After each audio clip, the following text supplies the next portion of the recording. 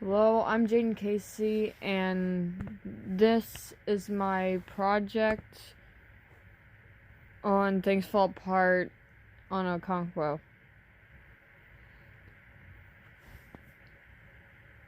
Okonkwo once said, "If you don't like my story, write your own." In the beginning, Okonkwo was a wealthy and respected warrior of the Umafai clan, a lower Nigerian tribe that is part of a consortium of 9 connected villages, including Okonkwo's village, Gedu. In his youth, he brought honor to his village by beating Emilanize the cat in a wrestling contest. Until his match with Okonkwo, the cat had been undefeated for 7 years. Okonkwo was completely unlike his now-deceased father, Anoka, who feared the sight of blood and was always borrowing and losing money, which meant that his wife and children often went hungry. The crowd expresses anger and indignation, and Okonkwo travels to Mbano to deliver the message that they must hand over to Umafia, a virgin and a young man. Okonkwo was chosen to represent his clan because he is its fiercest warrior. One night, the town crier rings the ogene or gong and requests that all of the clansmen gather in the marketplace in the morning. At the gathering of Bifu Izugo, a noted orator, announces that someone from the village of Mbano murdered the wife of an Umafia tribesman. While she was in the market, should Mbano refuse to do so, the two villages must go to war, and Umafia has a fierce reputation for its skill in war and magic. In addition to being a skilled warrior, Okonkwo is quite wealthy. He supports 3 wives and 8 children, and each wife has her own hut. Okonkwo also has a barn full of yams, a shrine for his ancestors, and his own hut called an obi. Okonkwo fears weakness, a trait that he associates with his father and with women. When Okonkwo was a child, another boy called Onoka Agbala, which is used to refer to women as well as to men who have not taken the title. Because he dreads weakness, Okonkwo is extremely demanding of his family. He finds his 12-year-old son, Warrior, to be lazy, so he beats and nags the boy constantly. Okonkwo built his fortune alone as a sharecropper because Onoka was never able to have a successful harvest. When he visited the oracle, Onoka was told that he failed because of his laziness. Ill-fated Onoka died of a shameful illness, swelling, which was abomination to the earth gods. Those suffering from swelling stomachs and limbs are left in the evil forest to die, so that they do not offend the earth by being buried. Onoka never held any of the community's 4 prestigious titles because they must be paid for, and he left numerous debts unpaid. As a result, Okonkwo cannot count on Onoka's help in building his own wealth and in constructing his obi.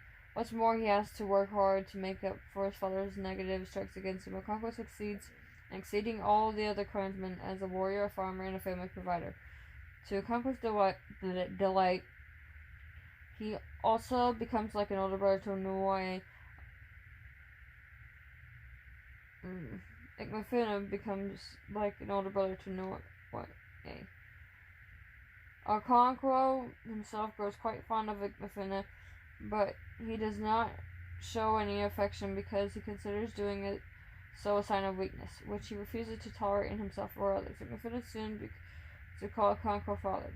During the week of peace, Okonkwo notices that his youngest wife, Jugo, has left her hut to have her hair braided without having cooked dinner.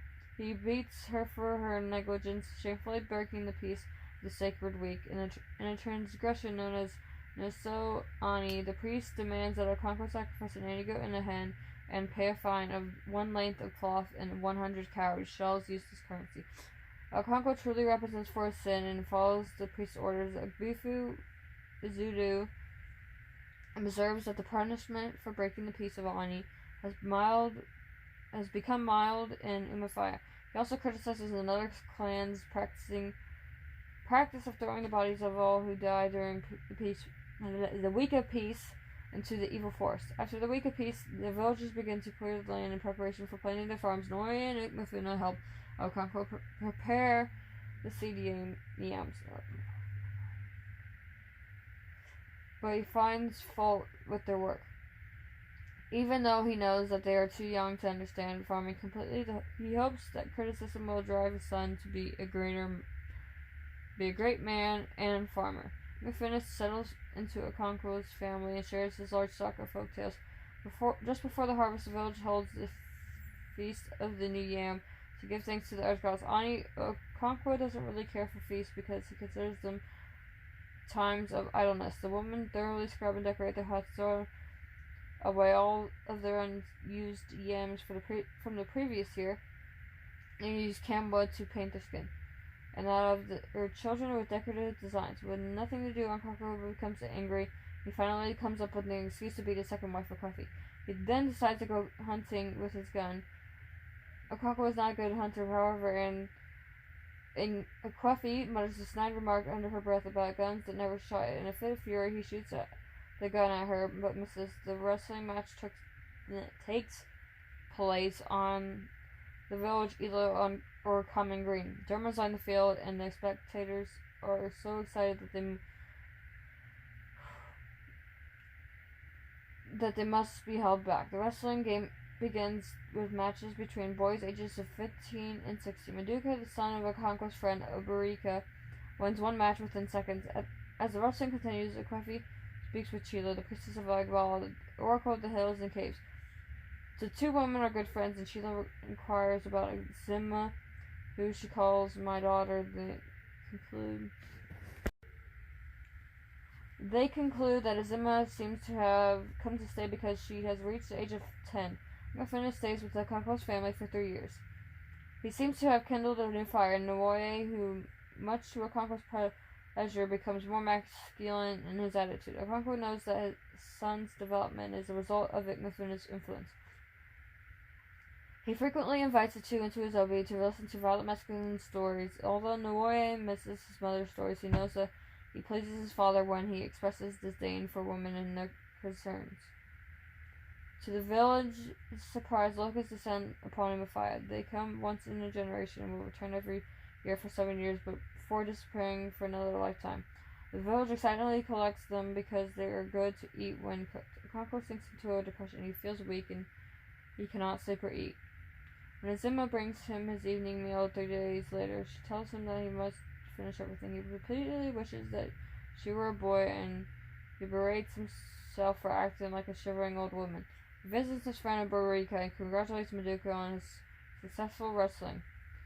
Obarika in turn requests that Okonkwo stay with when his daughter's suitor arrives to determine a bride price. Okonkwo complains to Obarika that his sons are not married enough and says that he would be happier if Azima were a boy because she has the right spirit. He and Obarika then argue over whether it was right of Okonkwo to partake in Igmefuna's death. Okonkwo begins to feel revived a bit. He decides that his unhappiness was a product of his idleness. If Igmefuna had been murdered at a busier time of the year, he, Okonkwo, would have been completely undisturbed. Someone arrives to report the death of the oldest man in the neighboring village. Strangely, the old man's wife died shortly thereafter. Okonkwo questions the man's reputed strength once he learns how attached he had been to his wife. Okonkwo sits with Obarika while Obarika bargains his daughter's bride price with the family of her suitor. Afterward, Obarika and his future son-in-law's relatives talk about the differing customs in the other villages. They discuss the practice of it and skill at tapping palm trees for palm wine. Obarika talks about hearing stories of men with skin as white as chalk. Another man, Maki, pipes in that such a man passes through the village frequently and that his name is Amadi. Those who know Amadi, a leper, laugh. The polite term for leprosy is the white skin. Then Okonkwo wakes Okonkwo very early in the morning and tells him that Azima is dying. Okonkwo certain that Azima has a fever and sets about collecting medicine. Azima is Okonkwo's only child and the center of her world. Okonkwo is very lenient with her. Azima calls her by her first name, and the dynamic of their relationship approaches equality. Okonkwo's 9 other children died in infancy. She developed a habit of naming them symbolic things such as Onwu Biko, which means death I implore you, and Ozomina, which means may it not happen again. Okonkwo consulted a medicine man who told him that an Ogbanje was tormenting them. An Ogbanje is a wicked child who continually re-enters its mother's womb only to die again and again. Causing its parents grief, a medicine man mutilated the dead body of the countryside child to discourage the Obanje's return. When Azima was born, like most Obanje children, she suffered many illnesses, but she recovered from all of them. The year before the start of the novel, when Azima was 9, a medicine man named Okonkwo found her Iaua, the small buried pebble that is the Abanje's physical link to the spirit world. Although the discovery of the Iaua ought to have solved Azima's problems, every illness that Azima catches still brings terror and anxiety to Okafi. The village holds a ceremonial gathering to administer justice to cleanse the ancestral spirits, which are known as Igwugwu, emerge from a secret house into which no woman is allowed to step. The Igwugwu takes the form of masked men, and everyone suspects that Okonkwo is among them. The women and children are filled with fear, even though they sense that the Igwugwu are merely men impersonating spirits. The first dispute that comes before the Igwugwu involves an estranged husband and wife. The husband is Ozowulu, states that the 3 brothers of his wife, Mgbafu, beat him and took her and the children from his hut, but would not return her bride price. The woman's brothers state that he is a beastly man who beats their sister mercilessly, even causing her to miscarry once. They argue that Uzwulu must beg Mgbafu to return him. If she agrees, the brothers declare Uzwulu must understand that they will cut his genitals off if he ever beats her again. The Igwugwu would decide in favor of Mgbafu. One village elder complains that such a trifling matter should not be brought before them. Kwafi tells Azima a story about a greedy, cunning tortoise. All the birds had been invited to a feast in the sky, and Tortoise persuades the birds to lend him feathers to make wings so that he can attend the feast as well. As they travel to the feast, Tortoise also persuades them to take new names for the feast. According to custom, he tells the birds that his name will be all of you. When they arrive, Tortoise asks his host for whom the feast is prepared. They reply, for all of you. Tortoise proceeds to eat and drink the best parts of the food and wine. The birds, angry and disgruntled at receiving only scraps, take back the feathers that they had given to Tortoise so that he is unable to fly home. Tortoise persuades Parrot to deliver a message to his wife. He wants her to cover their compound with their soft things so that he may jump from the sky without danger. Maliciously, Parrot tells Tortoise's wife to bring out all the hard things. And when Tortoise jumps, his shell breaks into pieces on impact. And Medicine Man puts it together again, which is why Tortoise's shell is not smooth. Chilo, in her role as priestess, informs Okafi that Agbala, Oracle of the Hills and Caves, wishes to see Azima. Frightened, Okonkwo and Okafi try to persuade Chilo to wait until morning, but Chilo angrily reminds Okonkwo that he must not defy God's will. Chilo takes Azima on her back and forbids anyone to follow. Okafi overcomes her fear of divine punishment and follows anyway. Chilo, carrying Azima, makes her rounds of the 9 villages. When Chilo finally enters the Oracle's cave, Kwafi resolves that if she hears Azima crying, she will rush in to defend her, even against the god. Okonkwo startles her when he arrives at the cave with a machete. He calms Okafi and sits with her. She remembers when she ran away from her first husband to be Okonkwo's wife. When he answered her knock at the door, they exchanged no words. He led her to his bed and began to undo her clothing. At dawn, Chilo exits the shrine with Azima on her back. Without saying a word, she takes Azima to Okafi's hut and puts her to bed. It turns out that Okonkwo was extremely worried the night before. Although he did not show it, he forced himself to wait a while before walking to the Oracle shrine. When he found it empty, he realized that Chilo was making her rounds to the 9 villages. So he returned home to wait. In all, he made 4 trips to and from the caves. By the time he departed for the cave for the last time, Okonkwo was gravely worried. Okonkwo's family begins to prepare for Obarika's daughter's Yuri, a brothel ceremony. The villagers contribute food to the festivities, and Obarika buys a huge goat to present to his future in-laws. The preparations are briefly interrupted when the woman retrieves an escaped cow, and the cow's owner pays a fine for settling his cows loose on his neighbor's farm. The suitor's family members arrive and settle the clan's doubts about their generosity by bringing an impressive 50 pots of wine to the celebration. The women greet their visitors, and the men exchange ceremonial greetings. The feast is a success. Okonkwo Ezudu's death is announced to the surrounding villages with the ekwe, a musical instrument. Okonkwo shudders the last time Ezudu visited him was to warn him against taking part in his death, since Ezudu was a great warrior who took 3 of the clan's 4 titles. His funeral was large and elaborate. The men beat drums and fire their guns. Okonkwo's gun accidentally goes off and kills Ezudu's 16-year-old son.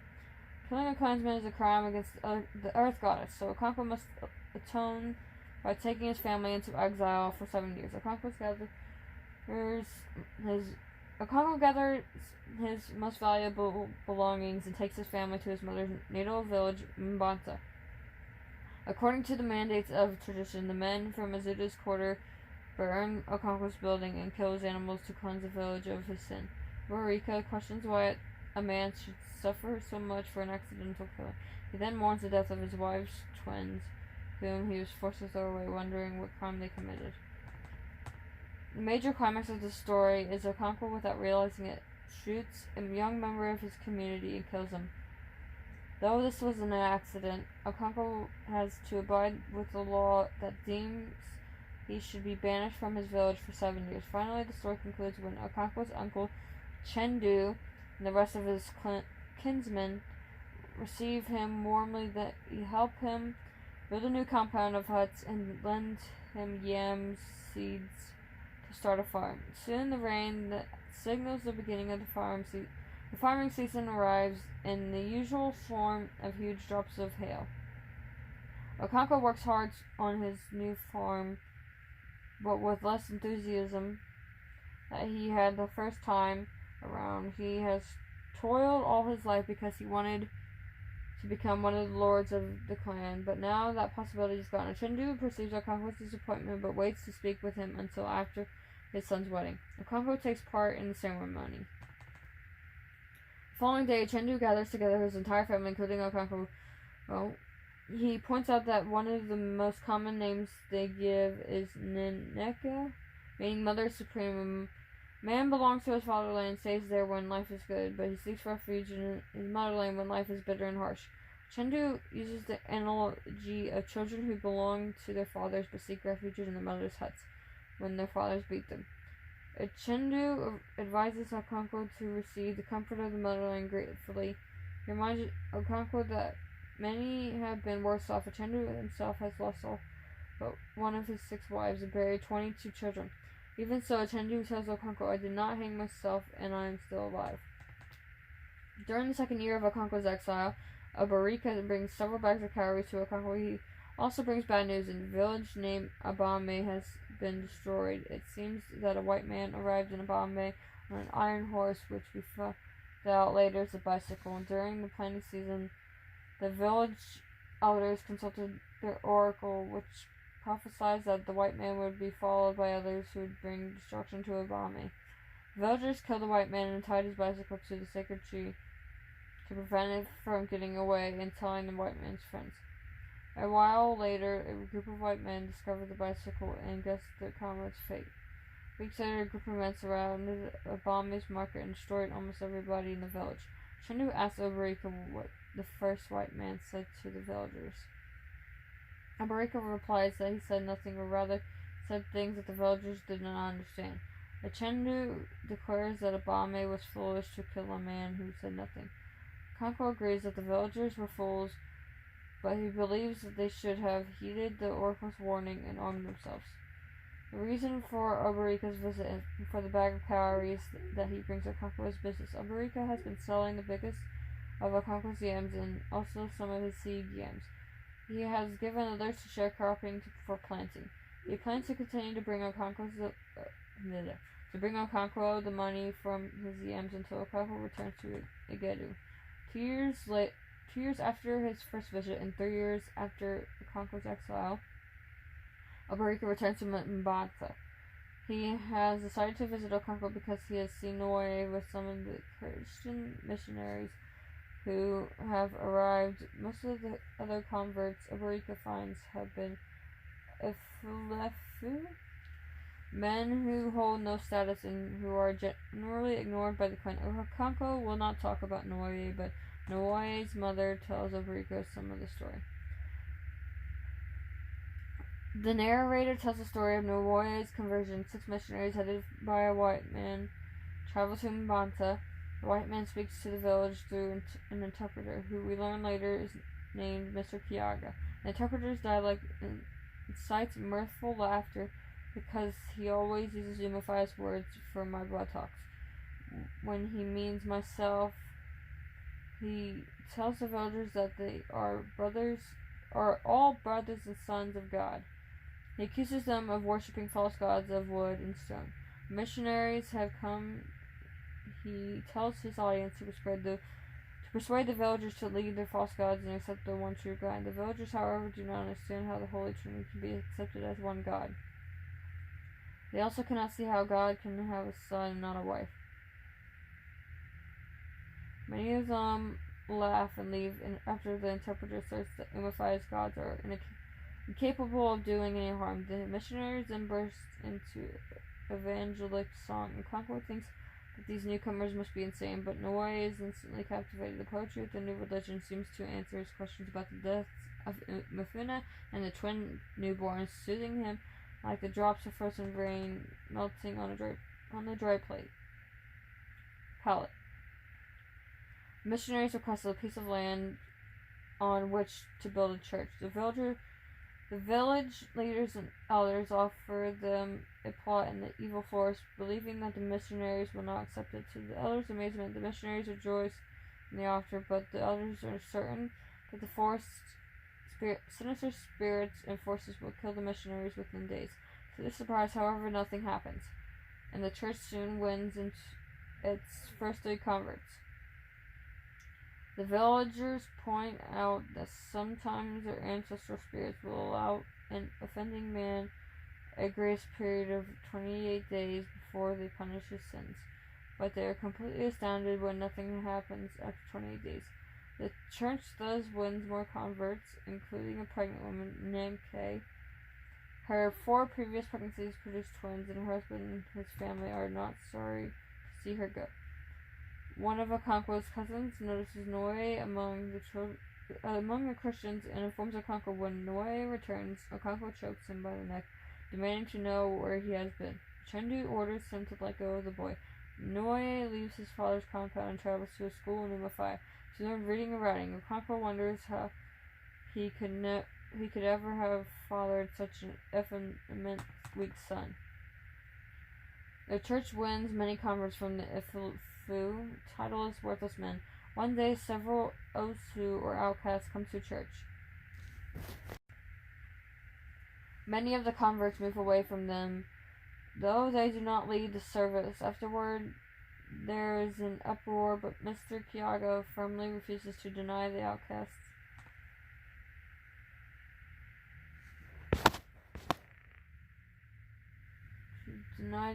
Membership to the church. He argues that they will not die if they cut their hair or break any of the other taboos that have been imposed upon them. Mr. Kiaga's steadfast conviction persuades most of the other converts not to reject their new faith simply because the outcasts have joined them. Those who soon become the most zealous members of the church. To the clan's disbelief, one boasts that he killed the sacred royal python. Okonkwo urges Mbata to drive the Christians out with violence, but the rulers and elders decide to ostracize them instead. Okonkwo bitterly remarks that this is a womanly clan after announcing the new policy of ostracism. The elders learn that the man who boasted of killing the snake has died of an illness. The villagers' trust in their gods is thereby reaffirmed, and they cease to ostracize the converts. Okonkwo's 7 years of exile in Mata are drawing to an end. Before he returns to Umafia, he provides a large feast for his mother's kinmen. He's grateful to them, but secretly regrets the missed opportunity to have further increased status and influence among his own clan. He also regrets having spent time with such unmasculine people at the feast. One man expresses surprise that Okonkwo has been so generous with his food, and another praises Okonkwo's devotion to the kinship bond. He also expresses concern for the younger generation, as Christianity is winning people away from their families and traditions. Okonkwo has planned since his first year in exile to rebuild his compound on a larger scale. He also wants to take 2 more wives and get titles for his sons. Managed to get over Nwoye's disgraceful departure, but he still regrets that Zima is a girl. He asked that she wait to marry in Umafia after his exile, to which she consented. She even persuaded her sister Obigeli to do the same. Okonkwo hopes to attract interest when he returns with 2 beautiful marriageable daughters. However, Umafia is much changed after 7 years. The church has grown in strength, and the white men subject the villagers to their judicial system and rules of government. They are harsh and arrogant, and Okonkwo cannot believe that his clan has not driven the white men in their church out. Sorrowfully, Obarika explains that the church had weakened the ties of kinship, and that it is too late to drive the white men out. Many of the clansmen are now on the white men's side. Okonkwo observes that the white man is very shrewd because he came in peace and appeared to have only benevolent interest in the Africans, who thus permitted him to stay. He discussed the story of Anitu, who was hanged by the government after he killed a man with whom he had a dispute. Anitu had been unsatisfied with the new court's rulings on the dispute because it ignored custom. Barika and Okonkwo conclude their discussion on a fatalistic note, sitting in silence together. Many people of Umafia are not entirely unhappy with the white men's influence on their community. They have set up trading posts, and money is flowing into the village. Mr. Brown, the white missionary, restrains his flock from antagonizing the clan. He and Akuna, one of the clan's leaders, meet often to debate and discuss their respective religious views. Akuna explains that the clan also had just one god, Chukwu, who created the world, and the other gods. Mr. Brown replies that there are no other gods. He points to a carving and states that it is not a god but a piece of wood. Akuna agrees that it is a piece of wood, but wood created by Chukwu. Neither converts the other, but each leaves with a greater understanding of the other's faith. Mr. Brown builds a hospital and a school. He begs the villagers to send their children to school and warns them that if they do not, strangers who can read and write will come to rule them. His arguments are fairly effective, and his hospital wins praise for its treatments. When Okonkwo first returns to Umafia, Mr. Brown goes to him that Nwoye is in a training college for teachers. Okonkwo chases him away with threats of violence. Not long afterward, Mr. Brown's health begins to fail, and sad, he leaves his flock. Okonkwo's daughters attract many suitors, but to his great disappointment, his clan takes no particular interest in his return. The Ozo initiation ceremony occurs only once in 3 years, meaning that he must wait 2 years to initiate his sons. He deeply regrets the changes in his once warlike people. Reverend James Smith, a strict and intolerant man who replaces Mr. Brown. He demands the utmost obedience to the letter of the Bible and disapproves of Mr. Brown's intolerant and unorthodox policies. The more zealous converts are relieved to be free of Mr. Brown's policy of restraint. One such convert, Enoch, dares to unmask as an okonkwo during the annual ceremony to honor the earth deity, an act equivalent to killing an ancestor spirit. The next day, the okonkwo burn Enoch's compound to the ground. They then gather in front of the church to confront Reverend Smith and his fellow Christians. They tell the Christians that they only wish to destroy the church in order to cleanse their village of Enoch's horrible sin. Smith replies that he will stand his ground. He forbids them to touch the church, but his interpreter alters Smith's statement for fear that the unvarnished truth will be too harsh, and that he will suffer as the messenger of bad news. He tells the Gugu that Smith demands that they leave the matter in his hands. They ignore Smith's orders and burn the church. Okonkwo is almost happy again, despite the fact that his clan did not agree to kill the Christians or drive them away. Even so, he and the rest of the villagers are on their guard, and for the next 2 days they arm themselves with guns and machetes. The district commissioner returns from his tour and requests the leaders of Mumbai meet with him. They go, taking only their machetes because guns would be unseemly. The commissioner talks to them in condescending terms and says that they should discuss the church's burning as friends. No sooner have they put their machetes on the floor than a group of soldiers surprises them. They are handcuffed and thrown in jail for several days, where they suffer insults and physical abuse. A kind of bail is set at 200 bags of calories. The court messengers tell the people of Mumbai that they must pay a fine of 250 bags of calories, or their leaders will be hanged. By upping the price, these messengers will make a profit as intermediaries. The town courier announces as an emergency village meeting. Even as Zimba returns home from her 28-day visit to her future in-laws, the next morning they decide to collect the calories necessary to pay the fine. After the release, the prisoners return to the village with such brooding looks at the woman that the women and children from the village are afraid to greet them. The whole village is overcome with a tense and unnatural silence. Zimba takes Okonkwo some food, and she and Obarika notice the whip that arcs on his back. The village courier announces another meeting for the following morning, and the clan is filled with a sense of foreboding. At sunrise, the villagers gather. Okonkwo said very little out of excitement or anticipation. He thought it over and decided on a course of action, to which he stick no matter what the village decide as a whole. He takes out his war dress and assesses his smoked raffia skirt, tall feather headgear, and shield as in adequate condition. He remembers his former glories in battle and ponders that the nature of man has changed. The meeting is packed with men from all of the clan's 9 villages.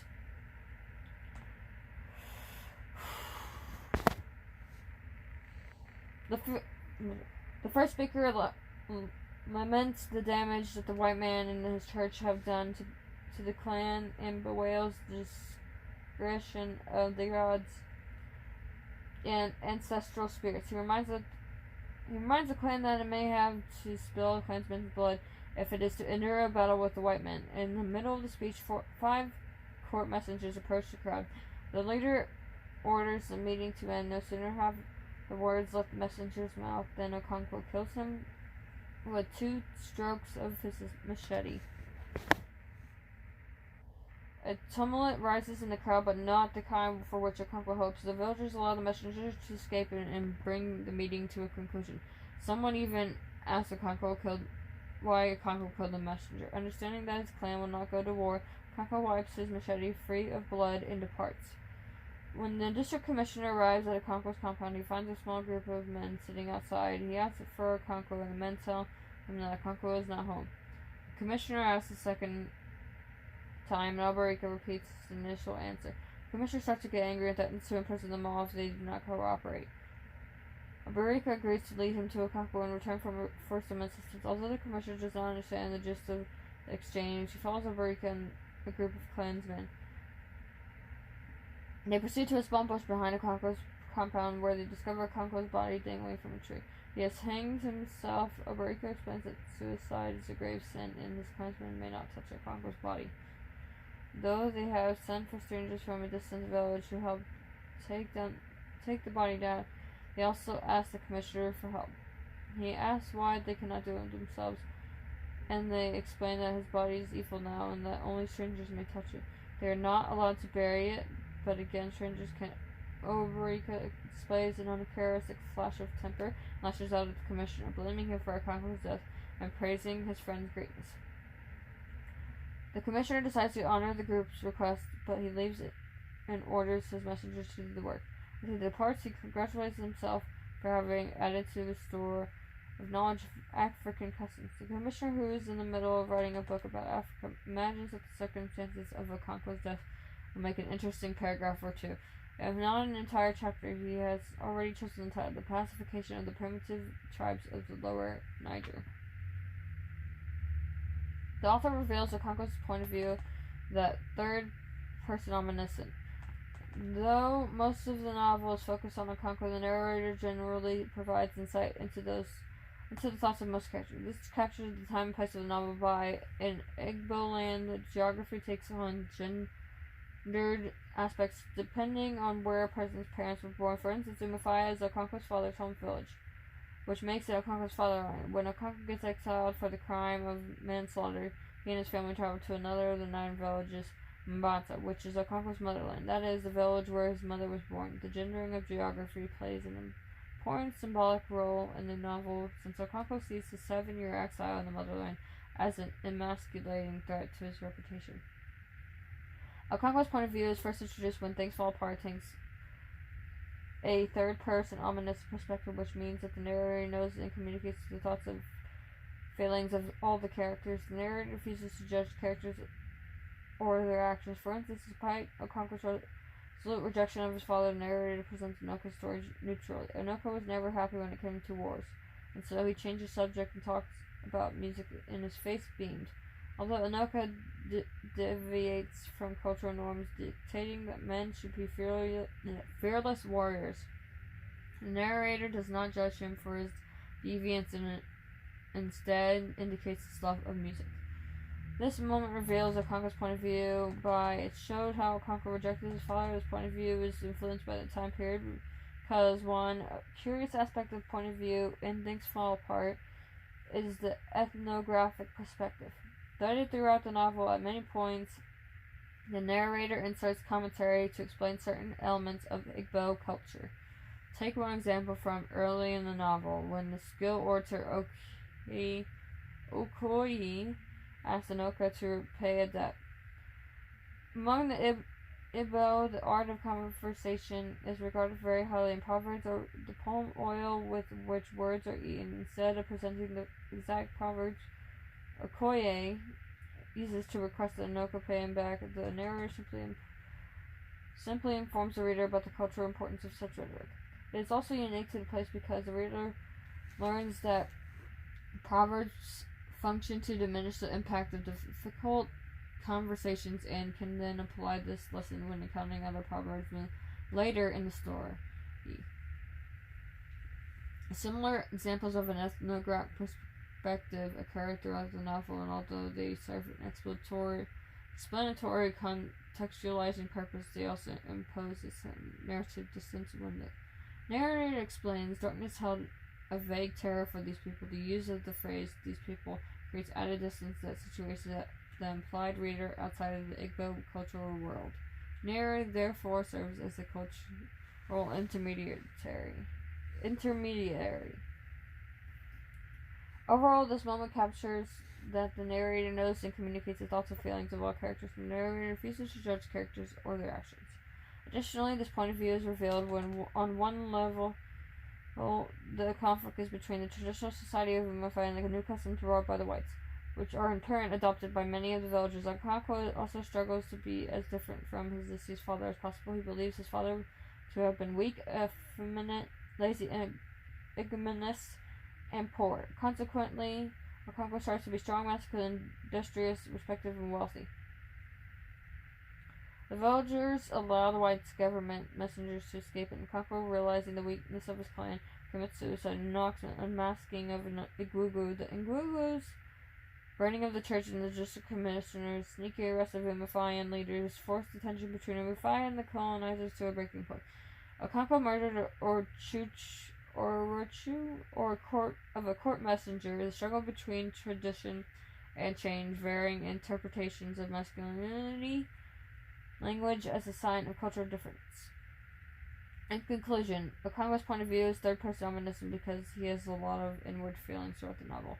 The place captured in the story as Things Fall Apart takes place sometime in the final decade of the 19th century in Igbo land, which occupies the southeastern portion of what is now known as Nigeria. Most of the action unfolds prior to the arrival of European missionaries. Accordingly, the